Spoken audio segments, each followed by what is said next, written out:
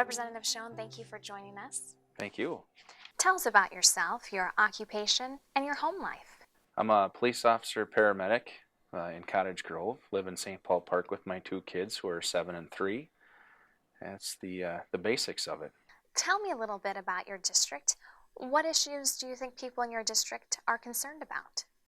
My district encompasses part of South St. Paul, Newport, St. Paul Park, Great Cloud Island, Cottage Grove. It's a good, well-rounded mix of folks. A lot of hard-working middle-class communities. The important things there are going to be jobs, just like they are around the state. The economy has been rough on our areas as well as it has across the state. What are your top legislative priorities this session? It's all economy related. We have to have, I think the top issue is going to be a balanced approach to our budget problems. It's going to be about creating opportunities for employment. It's going to be about paying back our schools, the money that was owed to them, creating opportunities in education, and creating more jobs. Why did you run for state representative? I think it was, it's looking at your kids and hoping that the future can be better. And not just talking about it, but standing up and saying, I'm willing to do something about it. What do you think your greatest qualification for being a lawmaker is?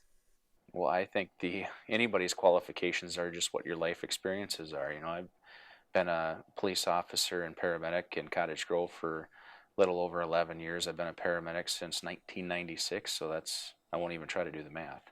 But, I serve on some local civic groups, including our local Lions Club. Really in my day-to-day job, I get to see people at their worst hour. They have the opportunity to tell me exactly what's going on. It doesn't mean that the neighbors and the rest of the world get to know what's going on in their life, but I get to hear it.